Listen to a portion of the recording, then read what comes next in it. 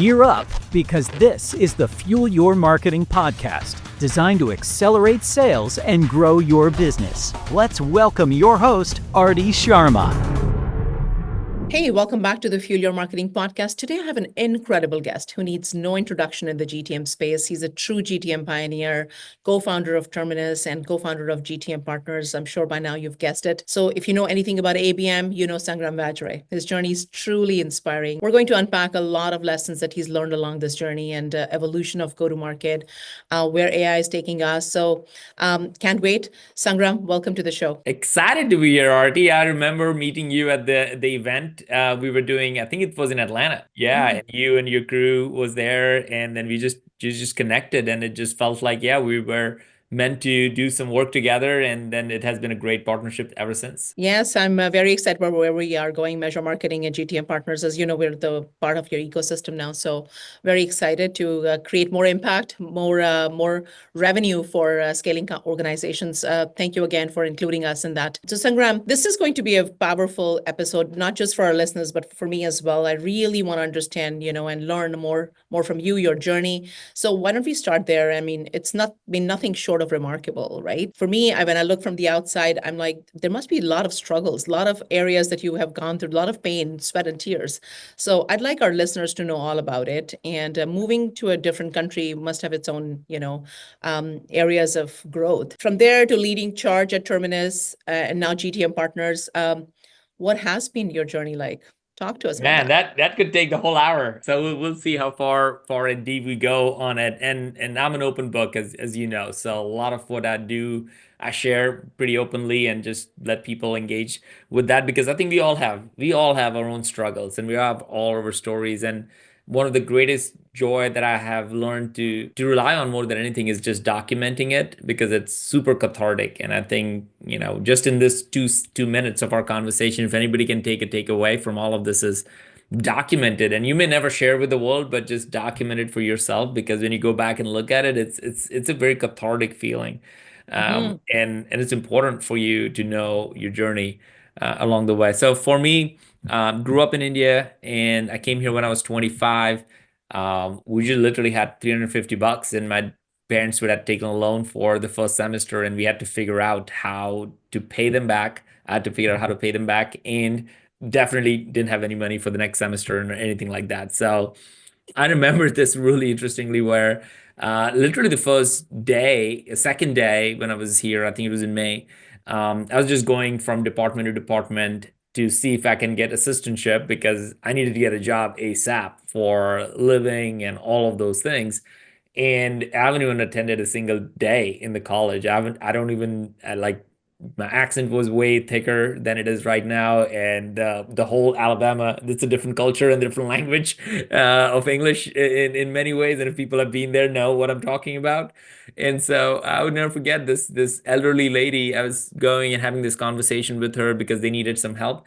And she had this thing, she looked at me and looked at my resume, which was very much an Indian formatted resume, that she didn't know what was going on there. And then she said, in her thickest Southern accent, which I don't think I can ever pull off, but she's like, "I'm not the sharpest pencil in the box." And Arti, I was looking for a pencil in a box, because I didn't think it was a phrase or idiom or anything. I was just like, I don't see a pencil in a box. And that's, so I came from a very unknown place and unknown ability to even communicate and all that stuff, to just having great opportunities to later on run marketing at Pardot, which got acquired by ExactTarget and Salesforce. That was a huge turn of events for me, because we went from a $10 million company to a $10 billion company. And I became a student of marketing at that point. And then co-founded Terminus, as you said, and that helped us build a whole new category around account-based marketing. We will go into that. Wrote books, which I never thought my dad, in my childhood, my dad was an economics professor. I think he would be rolling in his grave to hear, like, I wrote books, because he would ask me for some spellings and I would never get it right. Thanks to Chat GPT and Word and writers and editors, that I could actually get a book out there. And then started GTM Partners, and the whole thesis along the way, at least for what I can see, is that the world of marketing, go to market, is so evolving, so fascinating to me. There's so much change, so much psychology in it. There's human storytelling, and the ability to actually measure something and see results is phenomenal. Wow, what an incredible story. And you know what, Sangram, why we connected at the Atlanta event is because I've been following your journey long before you knew it. I've spoken about it at a previous, interaction and a show that we recorded. I relate to you a lot because I came to Canada with our son, 7 years old, and we had borrowed money, Mm. and I had to return that money within the first year, otherwise I would be paying huge interest Wow. rates, and 4 suitcases. And today we're a Mm. team of 56.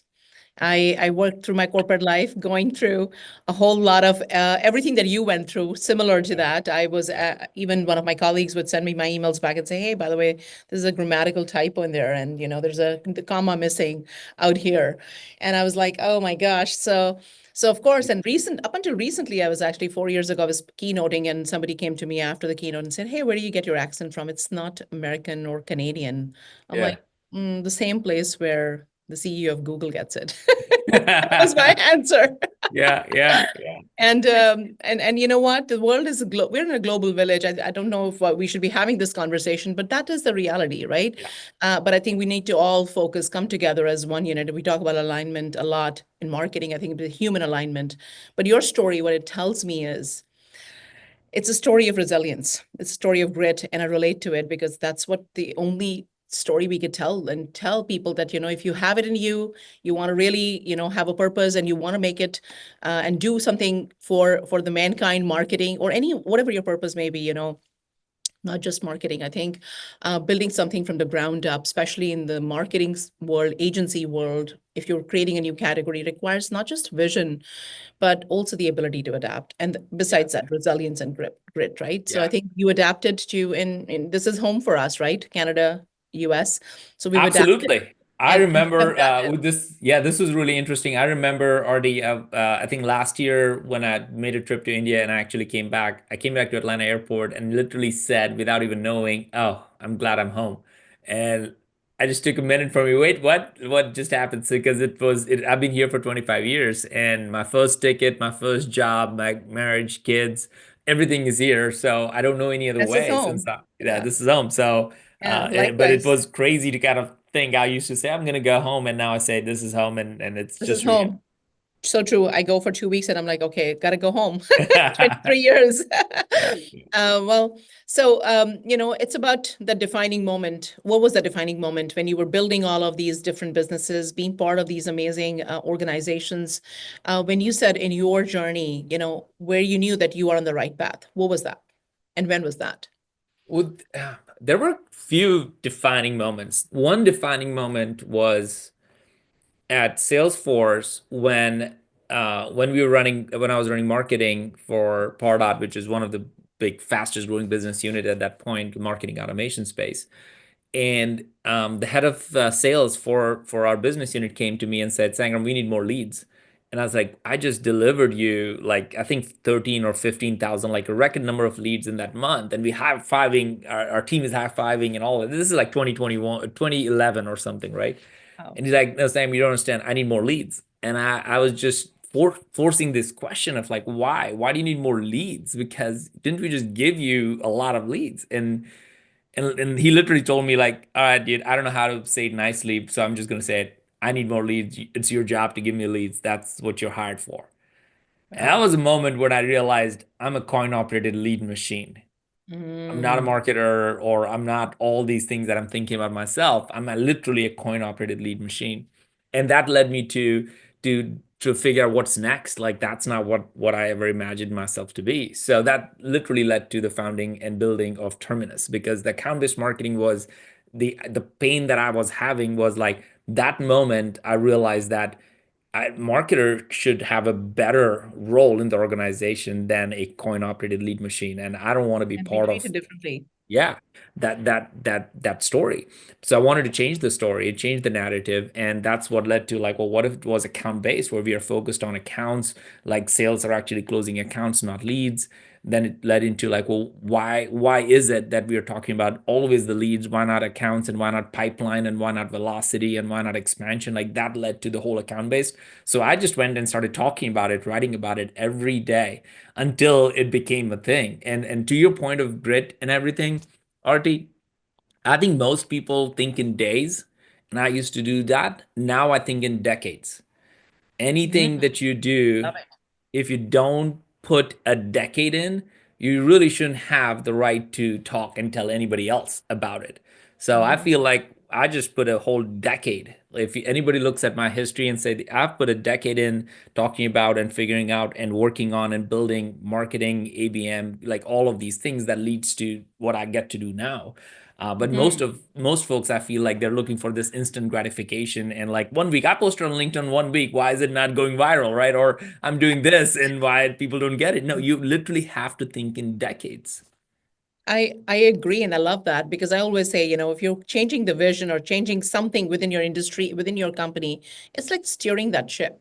You know, you're not on a, in one of those luxury sports car. You're in a ship, and you kind of steering that and navigating that. And I think I love that because I think one of the biggest misconceptions about category creation, which you did, and you pioneered account-based marketing as a category that you created, and we're going to talk a little bit more deeply into that.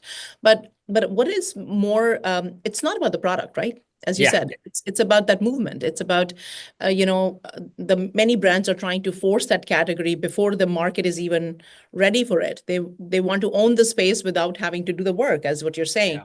They skip the work, and shaping that conversation around it is one part of it, but just being committed to it is another thing. And you said you should give it a decade. Wow, that's a Yeah. decade.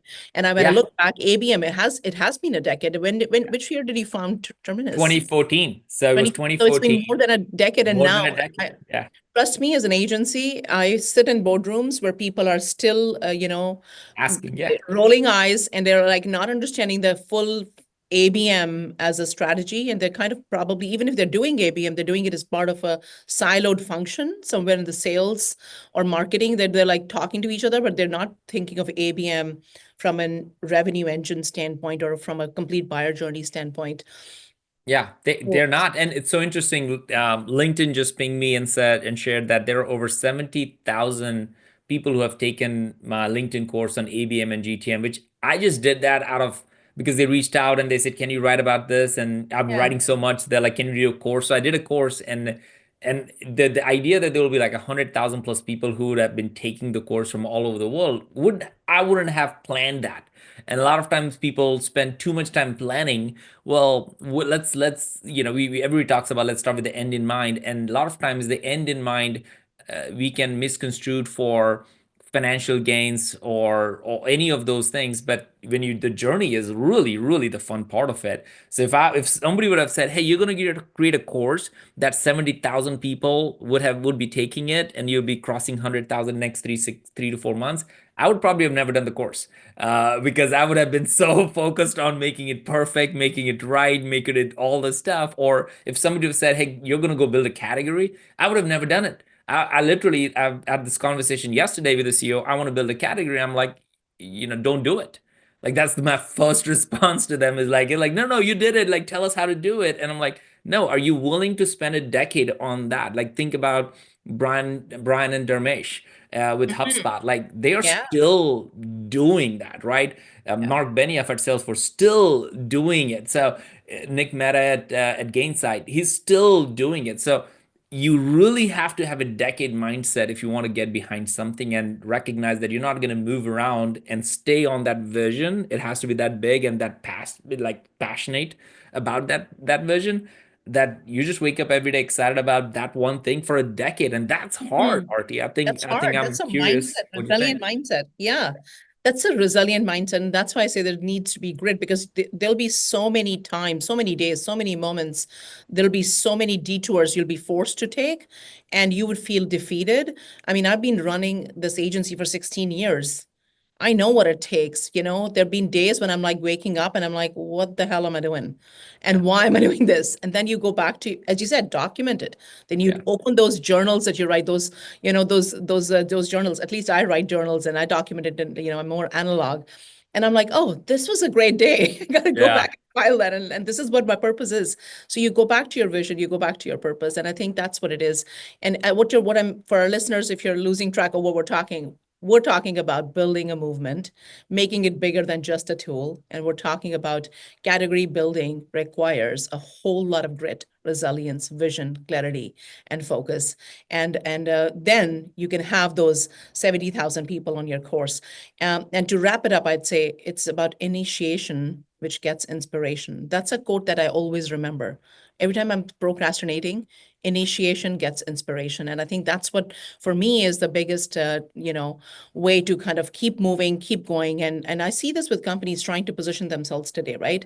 They want to be seen as the next big thing. They want to focus on their features, creating the real shift takes the mindset that Sangram is talking about. Do you really think this is why? Because they're not clear, they're not, they don't have that commitment, and that's why you see more and more the go-to-market motions are failing today? Well, a lot of times I think the go-to-market motions are failing is because one, there's no clear ownership on it. Mm-hmm. We Mm-hmm. in the book and the research we have done, and you have heard us say this, that the CEO owns go-to-market. That is, if you go and ask, when in our interview series, I remember asking so many CEOs who owns go-to-market, and they will not even blink, and they said, I own it.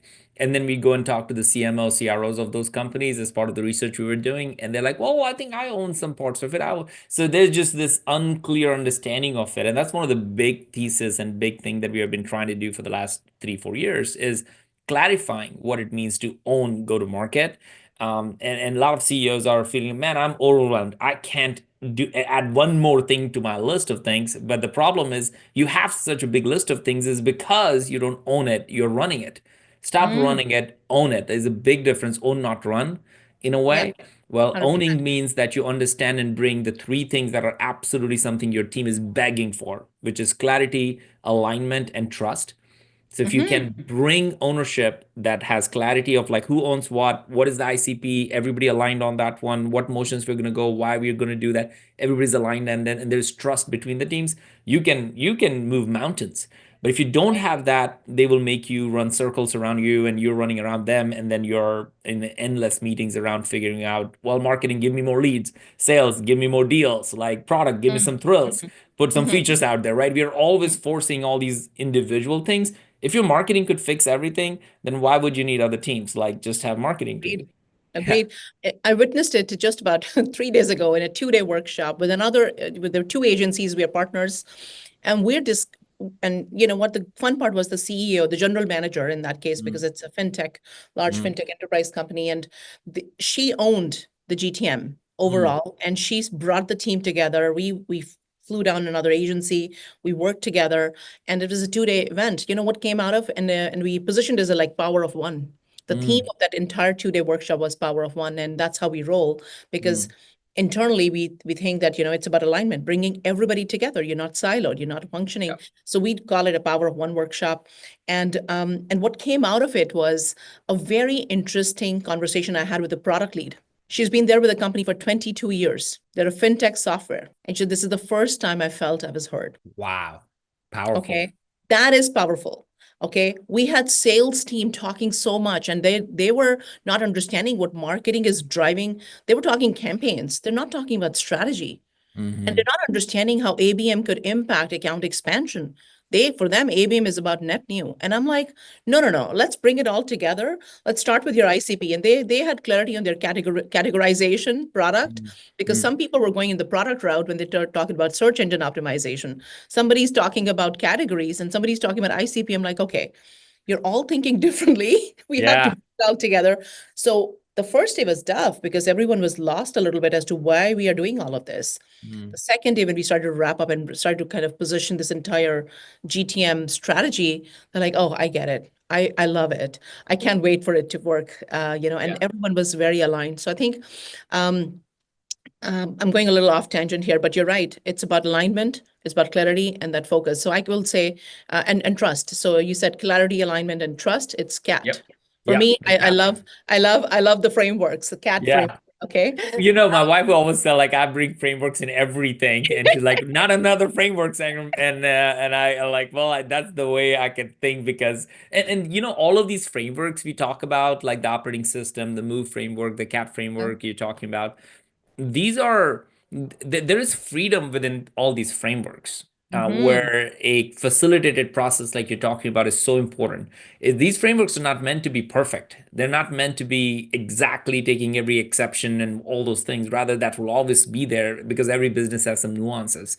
But it really gives you, like you said, a common language that everybody's like, okay, what does my total relevant market look like, for example, as opposed Mm-hmm. to any and everybody, which is TAM. Yeah. And what are the go-to-market motions that we all can say, you know what, these are the bets we're going to take in a way for this quarter, and that we all can say, if it worked, great. If it didn't work, we're not going to blame anybody. We're going to blame the process. We're going to Mm-hmm. blame the problem and go back into the process, back at it, which is why I think the definition that we have talked about go to market, which I've been that is probably the most aha moment for me, Artie, of the whole thing that comes back almost every week from somebody. They would take a screenshot from the book or some of our notes and then send it back and say, "This is the most important thing you did." And I'm like, "What is that?" It's like that we define go to market, and the first sentence is, "Go to market is a transformational process."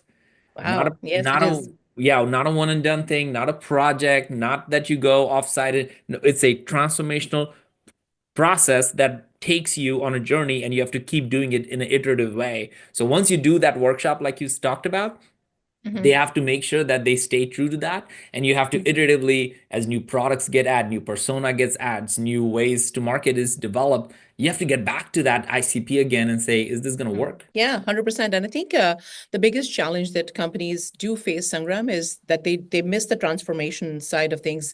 They focus too much on the strategy, too much on the outcomes. As I said, they have to stay true to it, keep going back to the drawing board and make it like a living document if you've documented that process, because sometimes you don't document it, and Yeah. you think it's one and done, it's set and go.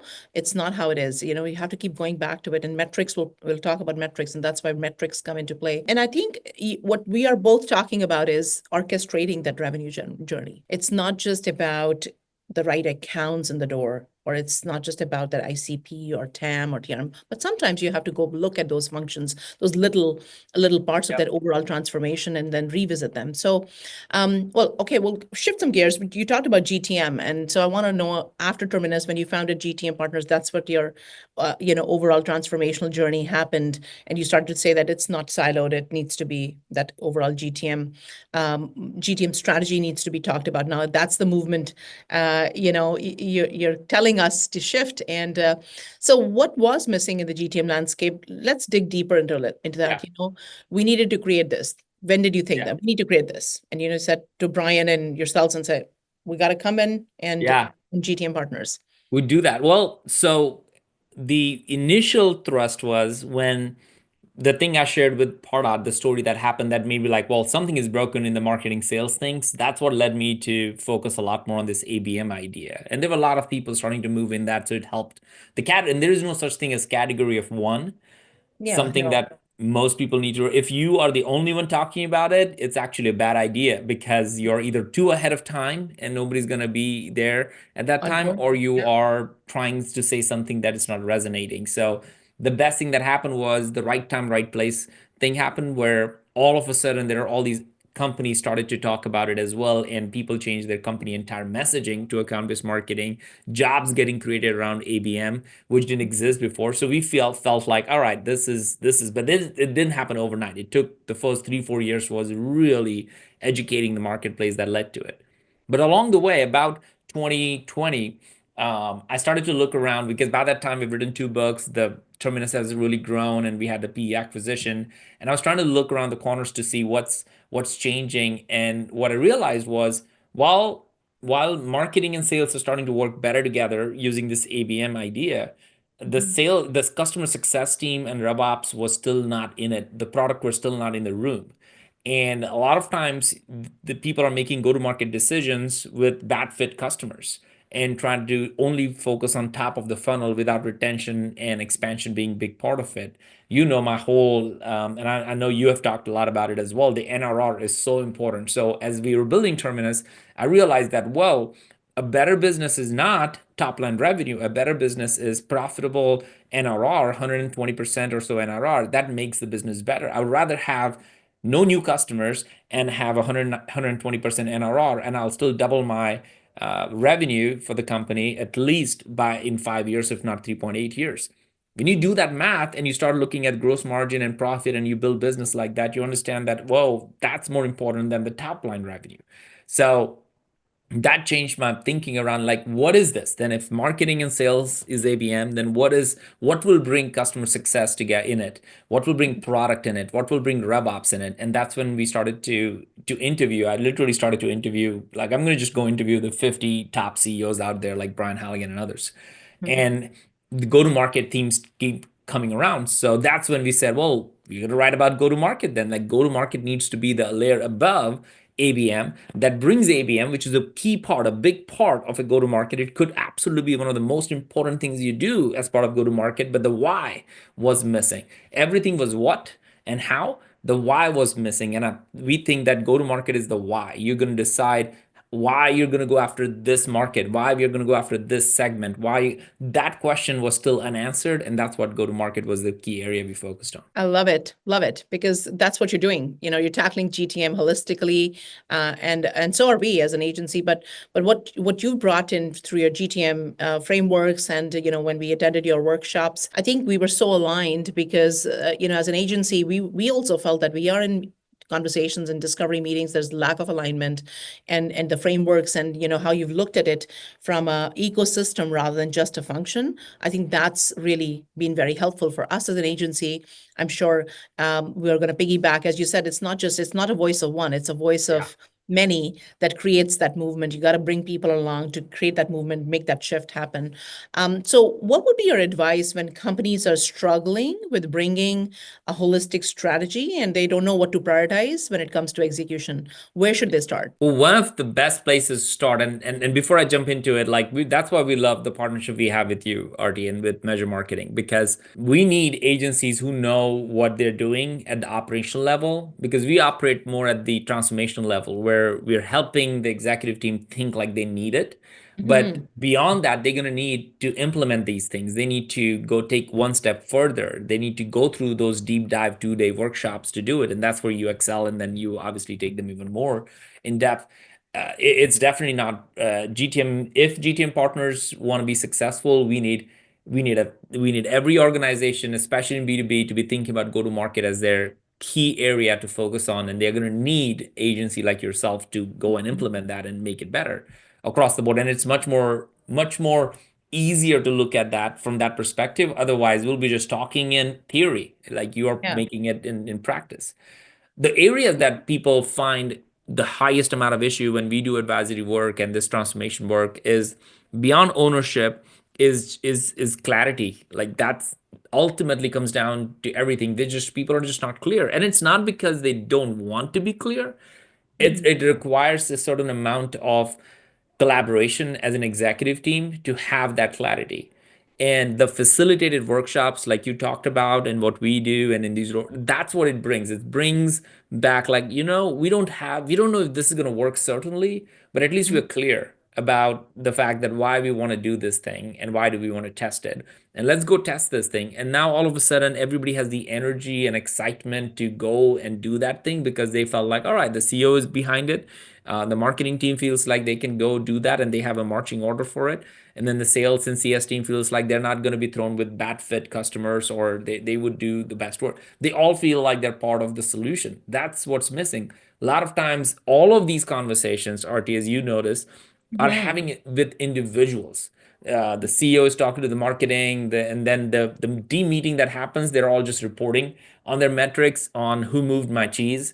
Conversation really like that's all it's happening there. Now nobody's really becoming a business leader who happens to be a marketer or sales. And we talk about that all the time where no, you just happen to be a marketing or in sales or in customer success. You are a business leader. Business, Yeah, as an executive. So that's what's missing. That's the clarity is what's missing in most organizations. Oh, true. I mean, I actually hire folks with business experience rather than just marketing experience because Yeah. then they can marry the business metrics that are required and marketing facilitates and sales of facilitates, CS facilitates, right? Getting us there to that NRR. And I think you have to have that business understanding mindset and you have to be able to connect those dots from an ICP standpoint or TRM, TAM, all of those positioning and where your brand is going to be heading, all of this, and how are you positioned in the marketplace. So that's amazing. I do know that you've also introduced GTM operating system. Mhm.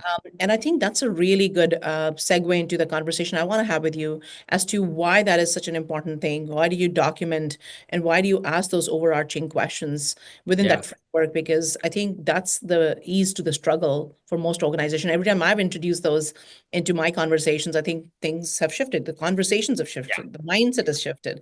And so talk to us a little bit about and explain to us what is the GTM OS as a framework and why should companies use it and at what stage can this be used? Absolutely. So one of the things we noticed in the book we wrote, Move, was this idea of problem market fit, product market fit, and platform market fit. And as I'm saying that, people listening to it may already be like, well, I think I'm a product market fit or I'm in a platform market fit. But there is a whole assessment and process to do it. We would find RT time and time again. You could be a $20 million company and still be in problem market fit. So it's not the size of revenue or anything like that. It's literally, do you have a repeatable process of your customers buying a similar product and same integration and same outcome like on 80%, 90% of the time? If that's the case, then you are in product market fit. So there's a strict criteria around that. But beyond that, when we did the Move framework, which the book launched, people would ask us like, well, how do you operationalize this? And that's when we invented the go-to-market operating system, which is literally of the 4 questions that the Move framework had, it ruled up into 8 questions of the 8-pillar go-to-market operating system. And I think one of the ways to think about it, if people want to just get a handle on them visually, if they're listening it, is the questions really is where the answers are. And we just tried to do a better job of those questions. So for the last 2 decades, Arti, I think I have been asking the wrong question. For example, I would ask questions like, where can we grow? And I thought that was a smart question. Or what is our point of view? It sounds like a really good question. All right, where, what does our sales velocity look like? All of these sounds really good, smart questions, but they're actually horribly wrong and misdirected. And that causes a lot of companies and myself, I've seen it go in the wrong direction. For example, where can you grow? Well, RT, as an agency, you can grow in 20 different directions. That's no longer the right question. The question for you really is where can you grow the most? That And intent, profitably. yeah, and profitably, right? And the most will force you to think like, well, what does that mean most? Yeah, we can grow in this area, but if it's not profitable, then you might say, well, that I don't want to grow the most in that area. So the intentionality for all these 8 questions really brings clarity to the conversation. So a lot of times companies are like, 20, 30 million, they're like, well, we have these 4 different products. Okay, well, which one are you going to grow the most? Or what is your differentiated point of view, not just a point of view, but differentiated that puts you in a different bucket. That forces clarity oriented questions because you have to clarify your position. Now you can't just say we can grow anywhere, this is our point of view. No, you have to really clarify why and what, Yeah. and that's what those 8 question go to market operating system is supposed to do. I think those 8 questions, because we've gone through them, I've talked about it. I think they go through, going through that is bringing that unified approach to your strategy. And I think that's what is missing. Most leaders have to own that. They have to ask those overarching questions. And I invite everybody to look at GTM Partners website or our website to ask, look at what are those 8 questions. And that's exactly it. I mean, and you're talking about the NRR and, especially in these times when the wallets are tight, PE firms don't have money to throw. And I think VC funded, VC backed firms are like, I don't want growth at all costs. I want more profitable, efficient growth, sustainable growth. So how do you look at step back, I think is the first step I would take. Yeah. And then step ahead and lean into those 8 questions and ask yourselves, gain that clarity, bring that alignment and bring that trust within your team, the CAT framework, overarch it with that. And I think it's about growing efficiently, growing profitability, as you said, and growing in a very focused manner intentionally. So that's where the teams are shifting. But one of the things that I also want to touch upon, Sangram, if you have the time today, is a lot about, it's not about the strategy. We've established that GTM is not just about the strategy. It's about leadership. It's about alignment. Scaling companies means scaling people. Okay. Yeah. So we've talked about leadership, but where do you scale if you don't have insights into the metrics, right? And I think that clarity comes with numbers. So one of the biggest gaps I see in the GTM motions that I'm seeing companies execute is they're not tracking the right metrics. Yeah. Or they're chasing MQLs as that, bring me more leads, right? Yeah. And they're not thinking about the revenue impact. So talk to me a little bit about what should be on every company's KPI tracking. Is there a GTM dashboard? What should be on Yeah. there? Yeah. I mean, like on our website, and I know in our partnership, people can download GTM dashboards we've created because we've seen that happen and work really well in most organizations. But it was actually a story that it came out of a real life example for me. So at Terminus, we were having the same who moved my cheese conversation in like when we were like about 25 million or so. And then we hired Mallory Lee, who was a RevOps leader, and she came in and said, from now on, nobody needs to report on their numbers. I will report it. And we were like, whoa, that's good. And when she put together a go-to-market dashboard that was focused on business metrics.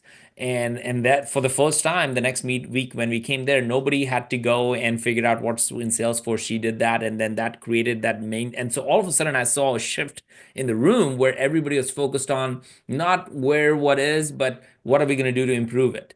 What are we going to do to change it? What are we going to do to impact that? That conversation is so important. So that led to, in the book, we literally give her a tip our hat to her, and then we created some of the dashboards from it. But then we have done it like at least 1,000 times. So we create templates that people can download from our website and the courses and everything that we have put together. One of the areas on that one, Arti, that's really interesting around those metrics is, and the dashboard is one of the things that people have been tracking wrong, and I have done that for a long time, is this idea of tracking pipeline and revenue. That sounds maybe crazy to everyone because of course you're going to track pipeline and revenue. What do you mean you shouldn't track pipeline and revenue? I'm like, no, you shouldn't actually track pipeline and revenue. You should be tracking your ICP that has that pipeline, and ICP that has your revenue that is going to give you the profit and margin and the right efficient growth for your company. So a lot of times you and I would see people put on LinkedIn, hey, I generated $20 million pipeline for my company, and next week they're fired. And they're putting out there like, I don't know what happened. Well, what happened was you generated a pipeline that had nothing to do with business outcome. If you would have taken the time to map what if that pipeline was real, and two, is does that match to the ICP that your business needs in order to grow so that you can retain and expand it, you might see that out of that 20 million pipeline, only 2 million was actually a good pipeline. And now you wouldn't post it on LinkedIn, you generated 2 million pipeline, but that's the reason why you lost your job. So it's these vanity metrics that all sound great. I think we just have to ask the question, so what? If you have a $20 million pipeline, so what? Like, I think unless we ask these kind of questions that help us to go a little bit more intentional on it, I think we have to just take one more step. So everybody listening to this, I'm sure they're smart. They've done a lot of things and they have gone through it. But for every metric and every statement that you're making, just ask, so what? So what if if the pipeline Leads is you to the 20? next question, the next answer. And I think, and this is the same exercise we do. Why? Find your why. Why is that important? Go back to what would that do for you, and what would that make you do, right? So I think this is all these life principles are applicable to business as long as we are ready and open to integrate. Such a great insight, Sangram. Thank you. And I think we're shifted. We have shifted. You have shifted from moving from MQLs to more revenue-based marketing. We're in the revenue-based marketing era, and we shouldn't be just talking about those vanity metrics. It just makes me very upset when people talk about Well, that. I would even add one more layer to it. I think we are moving into a performance-based. Of course.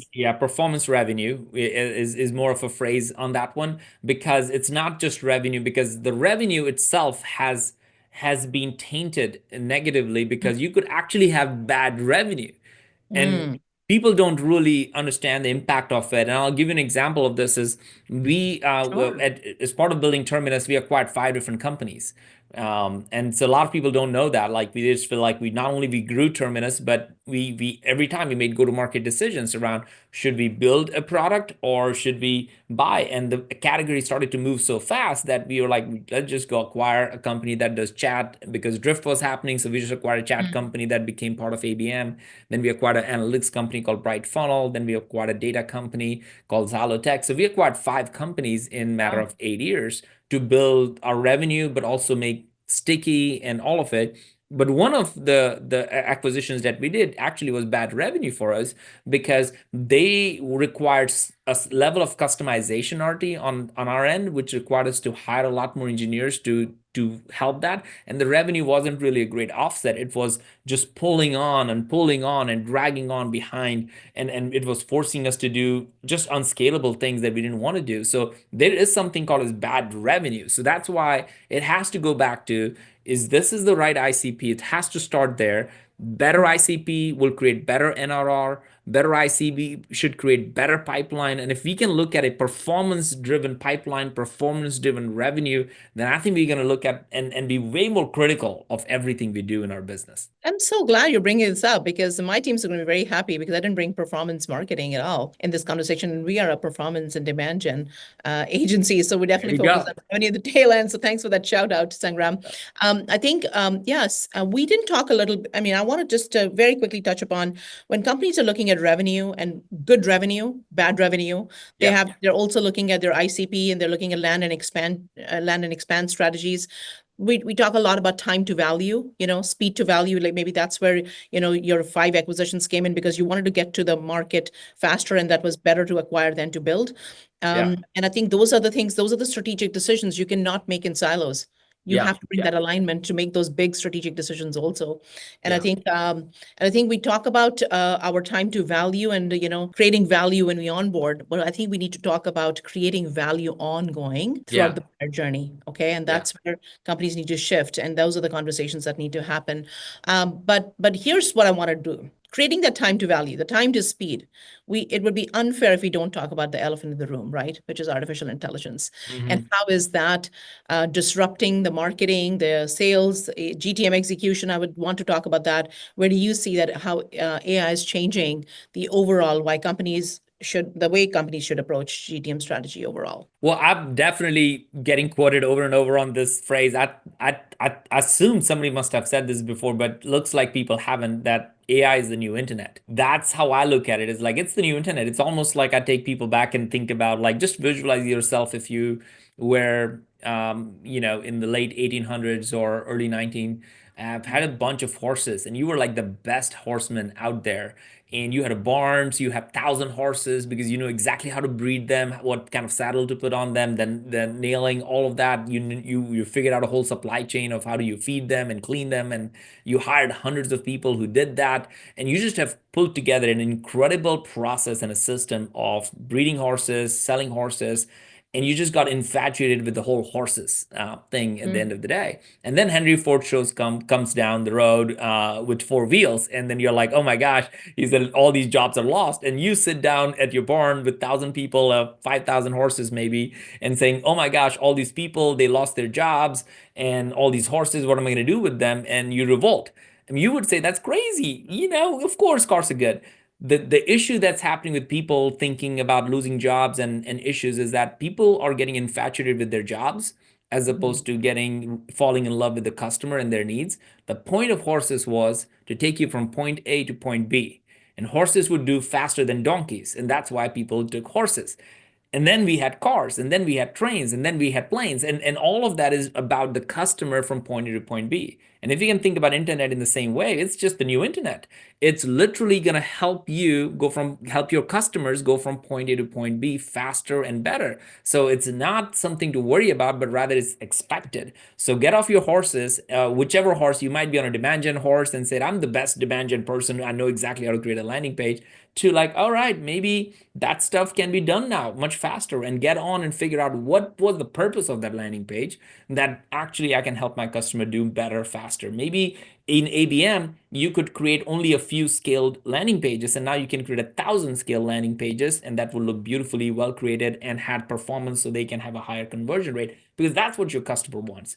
So I'm on that horse of like, get off your horses and think about your customer back in it and do everything, because every customer is always going to focus on 3 things: better, faster, cheaper. If you can do those 3 things, go for it. Yeah. And I would bring in Seth Godin, Purple Cow. Even if you have a horse, make sure that it's purple or it's white, and Yeah. you're really good at it, and then you stay in your lane. I mean, I'm not saying that AI would disrupt. It definitely is disrupting, but will it take over? Probably not in the recent, years that I think AI was going to change it'll change our jobs. It'll not take over and eliminate our jobs as long as we are adapting to it. We've talked about that transformation is happening. You got to adapt. Okay. Yeah. We started with adopting. Sangram and I came from two different, worlds, and we've adapted, right? Yeah. And then we understood that was happening. So I think this conversation brings, the full circle here, that AI is definitely amazing. It is transforming not just go to market, but our lives. We've adapted to mobile phones. We've adapted to, I think the concept is, what Sangram is pointing out is that from Microsoft DOS to iOS, I don't know what Yeah. version, we've all adapted, right? Oh. And as long as you're that important cog in the wheel, you're going to Yeah. be fine as long as you adapt and then change, from Yeah. Ford to, I don't know, Tesla. Yeah. What I'm seeing is that companies who use AI as a co-pilot, Sangram, instead of a replacement, Mhm. are the ones that'll have an advantage. And I Mhm. think AI is definitely going to bring, from a GTM standpoint, or intent signals. Look at that. How can we accelerate some of that? Yeah. Outreach, But optimizing yeah. that. Look at that. Yeah. Surfacing. I mean, imagine just surfacing the right accounts with that intent signals, or focusing. What can we do to sales teams? Forget about the sales avatars that we're talking about with Vidyard and a lot of other companies. But I think there's a human connection that's always going to be needed. Okay. Yeah. And I think the biggest opportunity in AI, for AI in GTM, is right now. I'm so grateful that we had this conversation. The timing is right, Sangram. Thank you so much. This has been an amazing conversation. I'm sure our listeners are going to take away a whole lot. And I think the biggest takeaway is that GTM is not just about sales and marketing. It's about full company approach. CEO owns it. And if you just talk to us, if people want to learn more about GTM Partners, and specifically you've got a certification there, or about your work, what's the best place to find you? Well, probably the best place to find is to find you and get you guys to work, and because you guys can implement it and take it to a 10 steps further. If they want to read our research, they can look at GTM Monday. I think that has about 150 or 70,000 people who read it. So we take a lot of time to put together good research out there every single week, and we work with like agencies like you who actually go and implement and make it even better. Thank you so much. We'll put the link to the GTM Monday subscription, and I definitely recommend. That's such a great newsletter, amazing research on gtmpartners.com as well, guys. Awesome. We'll drop these links in the show notes. Thank you again, Sangram, for sharing your insights. I am grateful to be a partner, and everyone listening in, go implement something that you've taken away from today's conversation, because GTM is not just about strategy. It's about alignment, execution, and integrating AI the right way. So see you next time at the Fuel Your Marketing podcast. Thank you for joining in today.